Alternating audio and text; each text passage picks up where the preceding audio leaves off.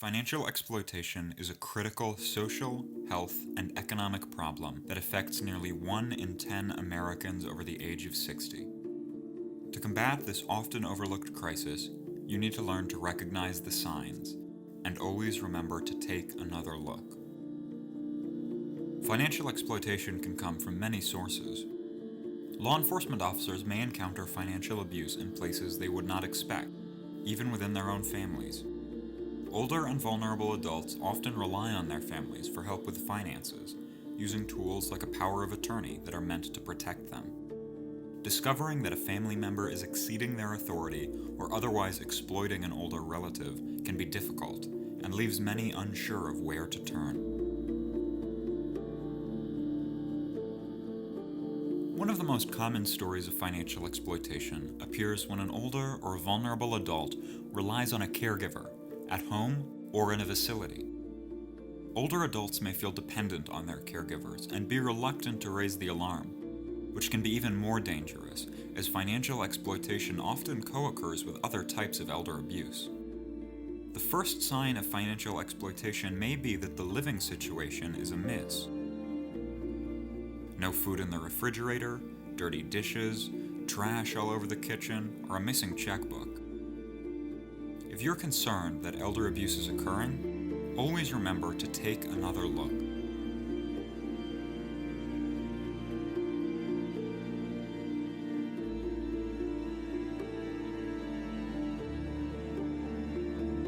It's hard for any of us to admit that we've been taken advantage of.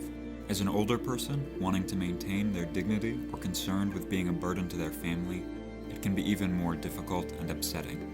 Predatory contractors and other scammers often target older and vulnerable adults, overcharging or defrauding them, and leaving their targets unsure of what to do.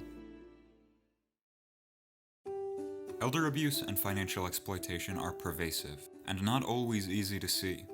Many times, older or vulnerable adults don't ask for help because of fear or embarrassment. A law enforcement officer may not investigate, thinking no crime has occurred, instead seeing it as a family or civil matter. But we can combat financial exploitation, and it's always worth it to take another look. Locating the correct resources is the first step to combating financial exploitation. Doing research to find what agencies and organizations offer support can help guide you through difficult situations where family and those close to a vulnerable adult are involved. Involving family members you know and you can trust can be an important part of finding help. Together, they can work to gather information, make a report, and support law enforcement in investigating the matter. The most important step, especially when other forms of elder abuse may be involved, is to ensure that the older or vulnerable adult is safe from harm.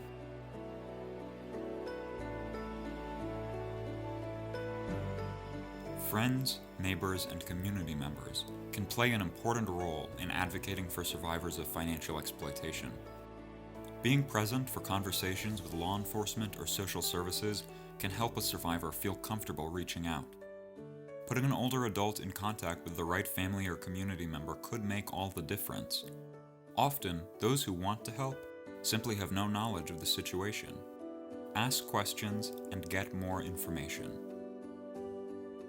Even if it may feel that way, we are not powerless to combat financial exploitation. Tools are available to right wrongs and protect older and vulnerable adults, and networks exist to provide support. Remember, if you suspect financial exploitation, always take another look.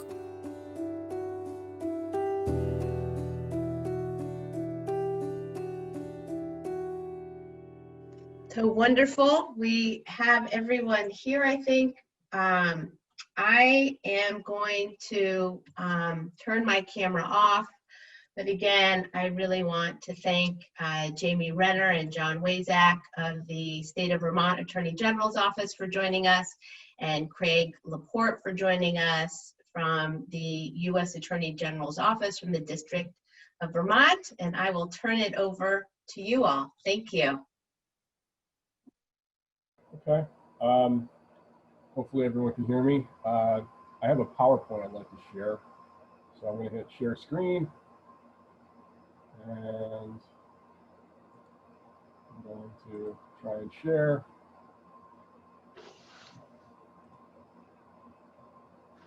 And hopefully you guys can see the first page.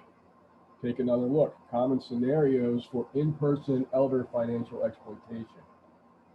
So we got asked to basically comment on the 3 scenarios depicted in the video.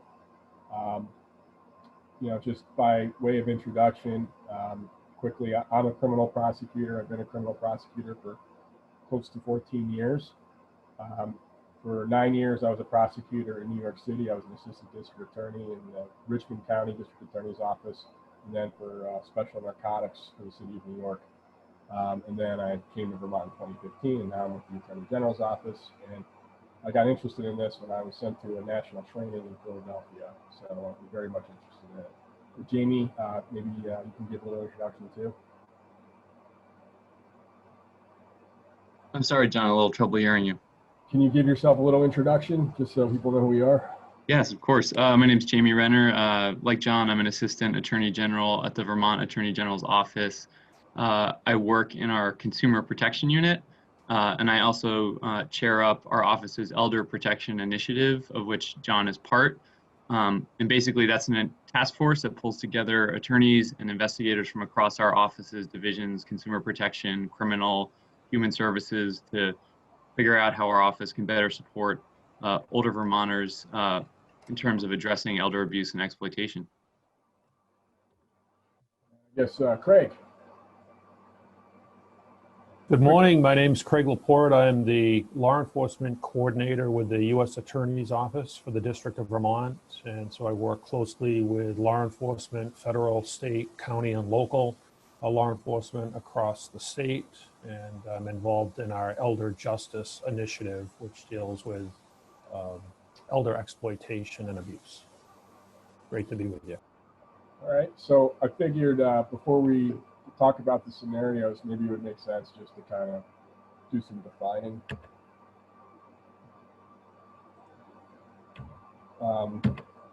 I like this pithy definition. This comes from, well, I got it from the Consumer Protection Financial Bureau.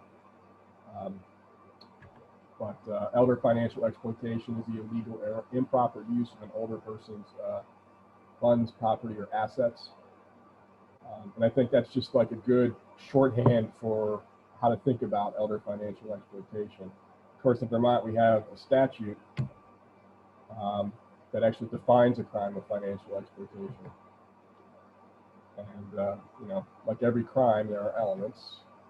You have to willfully use, withhold, transfer, or dispose of funds or property of a vulnerable adult. And a vulnerable adult has its own definition. It's not every adult who is over a certain age. You have to meet certain criteria. We'll get to that. And you're doing this without or in excess of legal authority, the wrongful profit or advantage, or as an alternative, you're acquiring possession or control of funds or property of a vulnerable adult through undue influence, harassment, duress, or fraud. That's very similar to some of the things that Mr. Marshall was talking about in his case that had was probably one of the biggest elder abuse cases in the history of the country, in this kind of new area of focus for investigators and prosecutors. So that's where that statute is found. But we have the statute in Vermont, elder financial exploitation. But when we're talking about elder financial exploitation, we're talking about many different ways to commit the crime, and it's old-fashioned. Larceny is just straight up theft. And Vermont has various statutes that define different types of larcenies. Embezzlement is usually when you're entitled to something and or you have access to something legitimately, and you're using it for improper purposes. False pretenses is what we call fraud in Vermont, and that's basically a false representation, with intent to defraud a person to get property, typically money, but could be also a deed to land or something like that. So, that's these are kind of generalized definitions. I think it's more helpful to the Vermont practitioners just to know what these three concepts are. Because if you actually look at the Vermont statutes, quite honestly, they were written a long, long time ago, and not as easy to read. But just getting back to financial exploitation, there's basically two types. The first one is pure financial exploitation, and that's just an economic motivation. But there's also hybrid financial exploitation. This is an economic motivation coupled with sexual and/or physical abuse or neglect. And that's important because if you're a police officer or an APS investigator and you're coming across a situation where there's physical abuse and neglect, you should certainly consider whether or not there's financial abuse or neglect. Because if somebody's going to treat the person like that, how do you think they're going to access the money or the resources?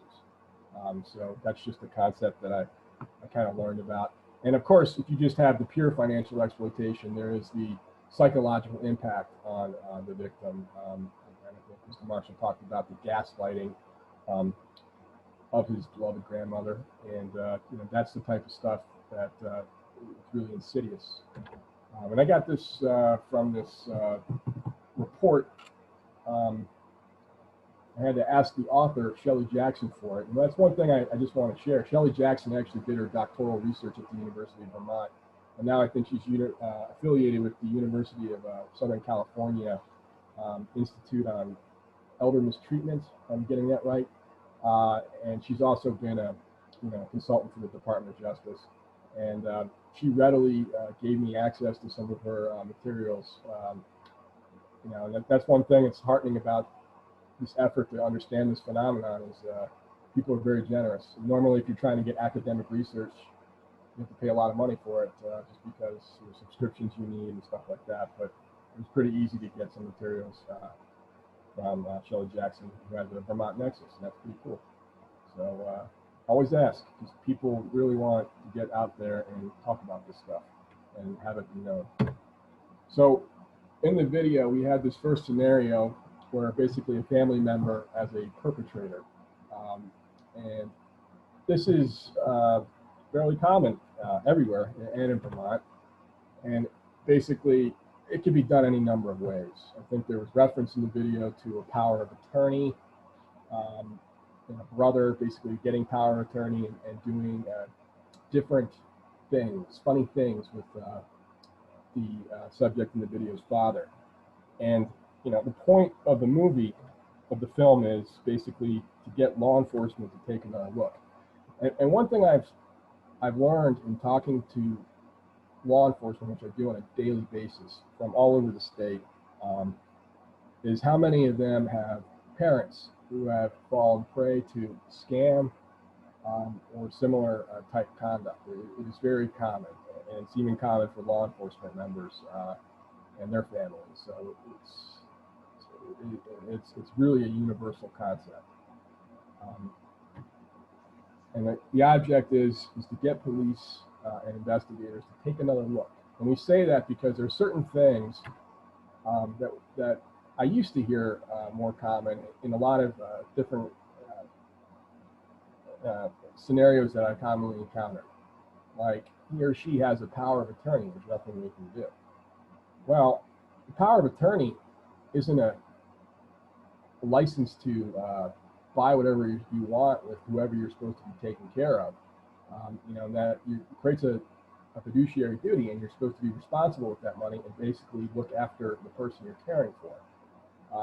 So you have to take another look at that. It's not it's a power of attorney and we're just going to stop investigating because he has authority. That's not really how that works. Honestly, a power of attorney is awesome evidence because it shows that there is a relationship between the culprit and the victim. And if you're a power of attorney, you have responsibilities. It doesn't involve yourself gratuitously buying a truck that you don't need, or a nice car, or trips to Vegas, or what have you. You hear this too. She's a joint account holder, and the money is just as much his or hers. And Tori can tell you there's a decision out of the Chittenden County Criminal Division that says quite the opposite. If you're a joint account holder in one of these scenarios where you're basically only the joint account holder because you're assisting a vulnerable person or an elderly person, you can't really, that's not a license for you to just spend it on whatever you want. And that decision can be made available if anybody's interested. So take another look. It's a family matter. We hear this a lot.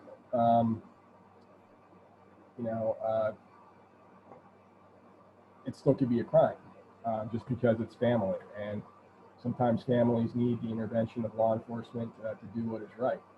And like Mr. Marshall said, there's a moral imperative to taking a close view of how the elderly are treated and mistreated. It's a civil matter. That's sometimes something we hear, like if there's going to be a lawsuit or something like that, or if the criminality is not obvious. It's not a reason to stop examining what's before you. It's a probate matter. Probate court and things in probate are very similar to the civil matter concept. Things can happen in probate courts that are still criminal in nature or morally incorrect. So it's important, just to be aware of that and not just be so dismissive. And he or she consented to the transaction. You hear that too. Consent is probably the most important issue as far as criminal investigation goes. We'll talk about that more later. He or she is not a vulnerable adult. Like I said, vulnerable adult has a very specific definition, and if you don't fall under it, basically the exploitation statute is not available. Now, that doesn't mean there hasn't been embezzlement. Doesn't mean that there hasn't been something else. So there still could be a crime even though the victim doesn't fall under that definition. So the second scenario involved a caregiver, and we see this often, and the caregiver could also be a family member, so understand that. These are not, there's variability and integration of how these things are committed and how they happen. But it's very similar to the first scenario. And here's a definition of, but in this situation, when there is a caregiver, it might be easier to establish that the victim is a vulnerable adult. So to be a vulnerable adult, the victim has to be 18 years or older, who's a resident of 2 different types of facilities, as listed there, or has been receiving care and services from the agency certified by Dale, or from another agency that arranges for personal care. And basically, if you're one of those 3, it's quite possible that you are a vulnerable adult. Or, and this is kind of the catch-all, is impaired due to infirmities of aging that results in some impairment of the individual's ability to provide for his or her own care without assistance, including the provision of food, shelter, clothing, healthcare, supervision, or management of finances, or protect himself or herself from abuse, neglect, or exploitation. So if you have a situation where you have a vulnerable adult that doesn't meet the first 3 criteria, perhaps the 4th, you might need medical records. You might need an expert opinion on that, but it's not a reason to give up. And just as a plug, the Attorney General's office has a special unit called the Medicaid Fraud Residential Abuse Unit, MFRAU, and they have investigators. And a lot of times with this caregiver typology, it could fall under the jurisdiction of that unit. And that unit is uniquely situated to use criminal and civil remedies and to investigate a matter. So it's like a Medicaid funded provider, like a nurse at a Medicaid funded facility. That's generally something that could be in the MFRAU jurisdiction. I'll give you an example. person is at, I don't know, one of the facilities, a resident of the facility required to be licensed under Title 33, Chapter 71 of the Vermont Statutes Annotated. And a nurse who is paid through Medicaid funds decides to steal that person's credit card. They're bedridden, they have access to their purse or whatever, and they steal their credit card and they use it without permission or authority. And that could be something that would fall under the Medicaid fraud unit. So that's just one example.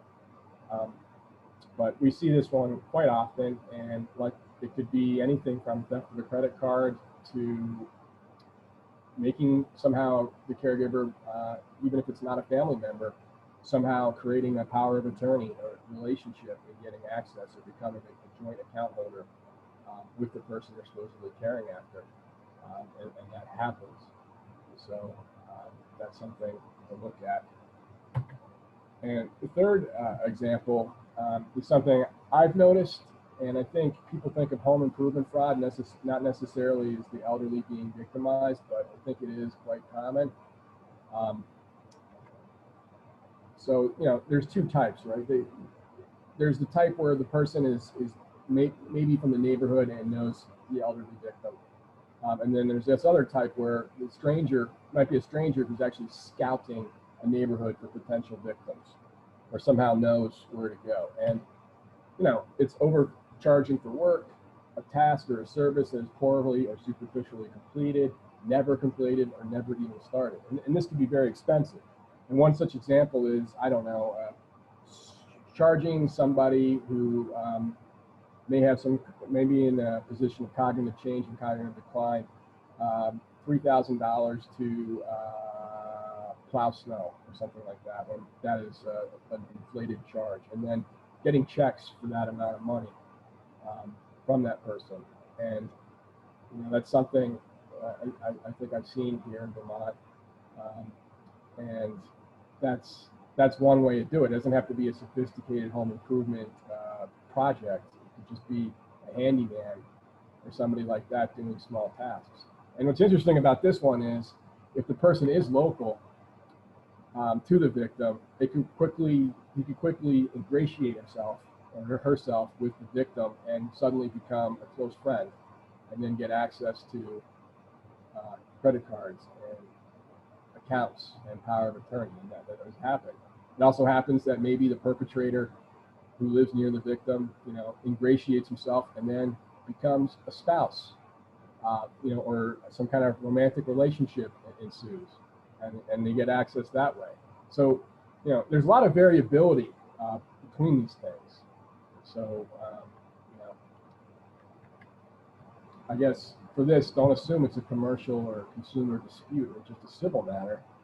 And if there's a scouting stranger scenario, there are typically other victims. It's not just one person. So just quickly, I talked about consent, and this is the most common defense. But think about this one. I think I got this from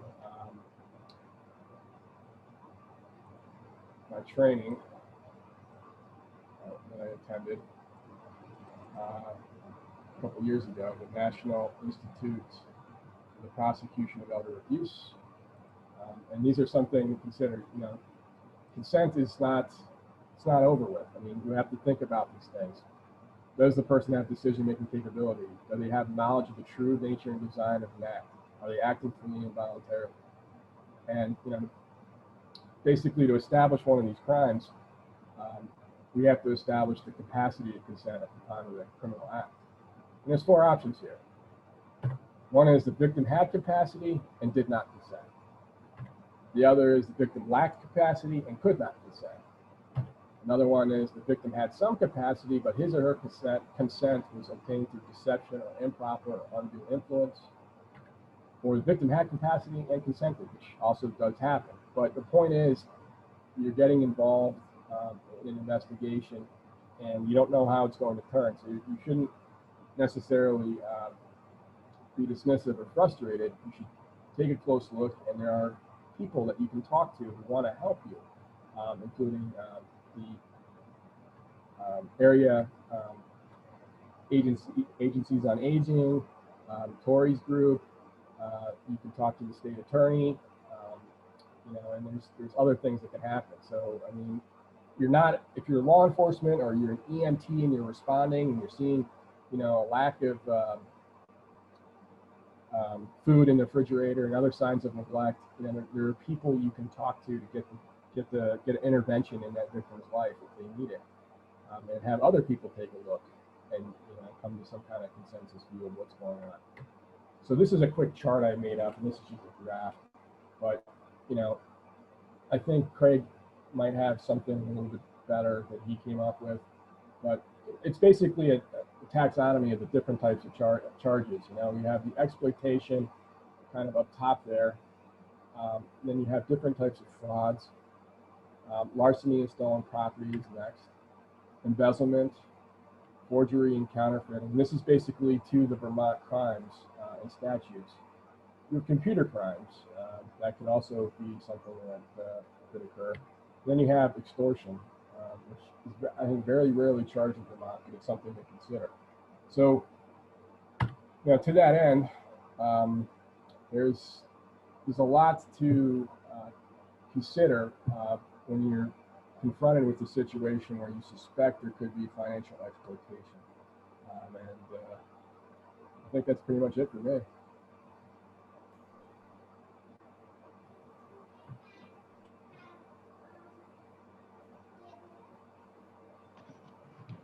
All right, Tori, should I dive in? Please do. Okay. Hi, everybody. As I mentioned just before, my name is Jamie Renner. I'm an Assistant Attorney General with John at the Attorney General's office. I want to start by thanking FAST for facilitating this conference today, and for Philip Marshall for sharing his deeply personal and insightful experiences with us. And I also want to thank my co-panelists, Craig and John, and Tori as well, for their very steadfast engagement in this topic area. A theme from the video Tori presented is that financial exploitation takes many forms. Financial exploitation, and John reiterated this, can be committed by family members, so-called friends, acquaintances, guardians, and those with powers of attorney, caregivers, caregivers who work in individuals' homes, caregivers who work in long-term care settings, dishonest local contractors or investment advisors, but also, of course, international criminal organizations who are perpetrating scams on us through the phone and social media and email and mail. So in light of that, my message this morning is as follows. If and when you encounter a scenario that's potentially financial exploitation, there's not always going to be a clear roadmap for exactly what to do. But as the video we just watched asks, if you think you're noticing financial exploitation, take another look. It's just a different way of saying, if you see something, say something. Presume you're the only person or organization, aside from the perpetrator and the victim, who knows of the potential problem and can therefore do something about it. So if you think you're noticing financial exploitation, reach out for help figuring out how to address the situation at hand. And of course, in light of Philip's presentation and what the video presents and what John mentioned, there's not going to necessarily be a simple fix. And this is particularly so where the perpetrator holds key roles in providing care and support to the victim. In these kinds of circumstances, we have to develop more holistic strategies that address situation-specific challenges, like if the perpetrator is removed from the victim's life, how will the victim be cared for? What supports will be required to enable the victim to continue to age in place at home? Is another guardian needed? None of us can develop and implement these kinds of strategies alone. And as Philip said, in each case, we have to bring together the circle of support that's needed. And that circle might include, and this has been reiterated again today, but I'll just hammer it home again, a concerned family member or friend, a case manager or social worker, a domestic violence organization, a healthcare provider, law enforcement, and potentially adult protective services. And as to my final message this morning, to empower yourself to help bring together relevant stakeholders, it's really important for you to understand what agencies and organizations exist in Vermont to help victims of financial exploitation and to help those like yourself who might notice a person being financially exploited. Thanks to FAST in that regard, we do have a panel later today exploring the subject in a bit more depth. But for now, in terms of how my office can help, and in light of the three scenarios of exploitation presented in the video today, first, as John mentioned, our office has the Medicaid Fraud and Residential Abuse Unit that investigates and prosecutes cases of financial exploitation where Medicaid-funded services are in play, or where the financial exploitation is of somebody who's residing in a long-term care facility, a psych unit of a hospital or a psychiatric hospital. And that unit has a phone number for reporting, which is 802-828-5511. Again, that's 828-5511. That's available on the Attorney General's website. Second, where Medicaid dollars are not in play, local law enforcement and local state attorneys' offices should be the first stop in terms of bringing a scenario to the attention of the criminal justice system. That said, as John has suggested, our office is ready to help and does help law enforcement and state's attorneys' offices in terms of strategizing methods for investigating and prosecuting financial exploitation cases. And third, my office's consumer assistance program, which we call CAP, can help consumers who have experienced home improvement fraud. CAP's phone number, which I'm trying to see, will be on a slide that I share later this afternoon, but CAP's phone number is 1-800-649-2424. And more importantly, they have a website. So if you Google the Vermont Attorney General Office Consumer Assistance Program, you'll find out how to both call them and email them. So if a consumer who feels like they've been wronged by home improvement fraud calls CAP, CAP will ask the consumer questions to understand how they've been wronged. Then CAP will reach out directly to the contractor to basically share the consumer's complaint, ask the contractor for their side of the story, and then engage the contractor in discussion about resolving the consumer's concerns. So CAP essentially acts as a mediator between an aggrieved consumer and a contractor. And to date, CAP has been very successful in recovering money for victims of home improvement fraud.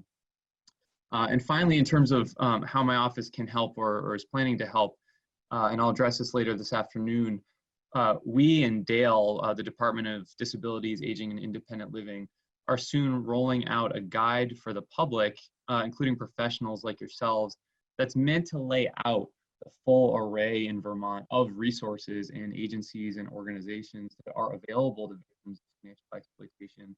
And those like yourselves who may become aware of circumstances of financial exploitation. And I'll be covering some of those resources on the afternoon panel. So that's my spiel for now. Going forward, please feel free to contact me with questions. My own slide with my contact information will be available to you in terms of conference materials. I'll be sharing it in the afternoon panel, but my contact information is just my name, jamie.renner@vermont.gov, and my name is spelled JAMIE.RENNER@vermont.gov, and Vermont is spelled out, not abbreviated. So please feel free to reach out to me with any questions. And thanks again. I look forward to hearing from Craig and then addressing whatever questions you all might have this morning. Thank you very much, Jamie. And I will say I just launched a poll. So if you have heard of the Consumer Assistance Program, if you can please answer yes or no, that would be helpful for us. And I'm going to now turn it over to Craig. Thank you, Tori. Thanks for the opportunity to speak just for a couple of minutes. Again, my name is Craig Laporte, and I'm with the U.S. Attorney's Office, the federal side of prosecution for the District of Vermont.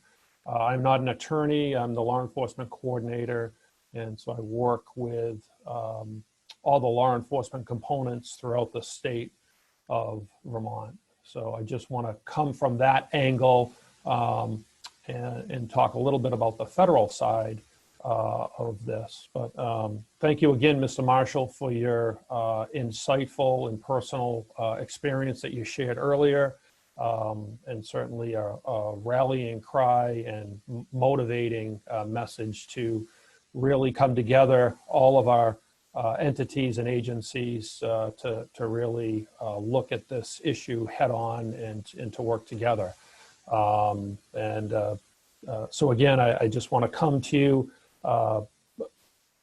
on the federal side, looking back at the scenarios in this film that Tori shared. One of the goals is to encourage and help law enforcement identify the criminality of the actions involved in exploitation.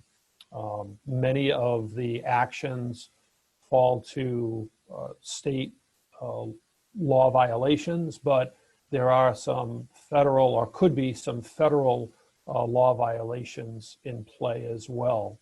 And I'll just speak very generally at this time, but looking at the three scenarios collectively, there could be bank fraud involved, or securities fraud related to some of the actions.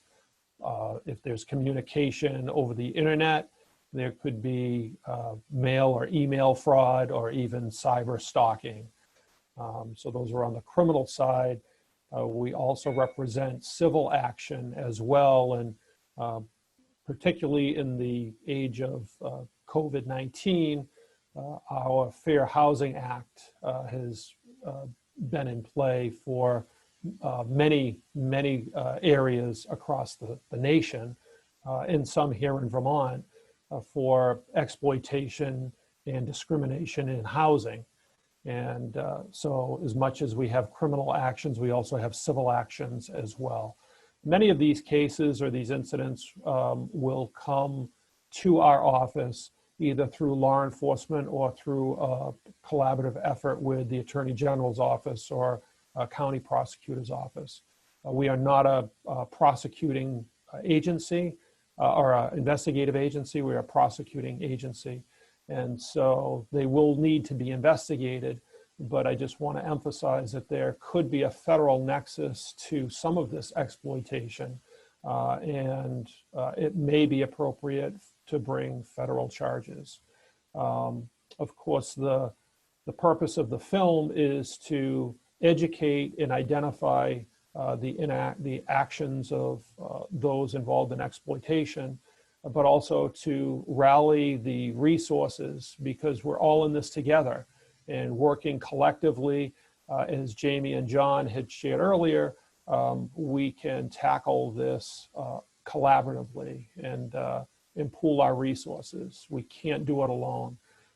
Looking beyond that, we should be looking to serving the victims in a way that is a centrist approach, victim center approach, because as Jamie just shared, there's a lot of factors that involve, and you all know that, by dealing with victims and trying to get them to understand their circumstances and to cooperate and trust the investigation. And lastly, one of our goals is to hold those accountable through the prosecution and application of the law, but also to, as Mr. Phillips had shared earlier, is to protect the victim and to make their lives whole and complete. And that's really what we're aiming to do is with this film, is to try to educate and ramp up our efforts in taking another look at these circumstances, and being proactive about that, looking at what possibilities of the law can be applied to hold those people accountable. So thank you very much for your time, and I appreciate this opportunity.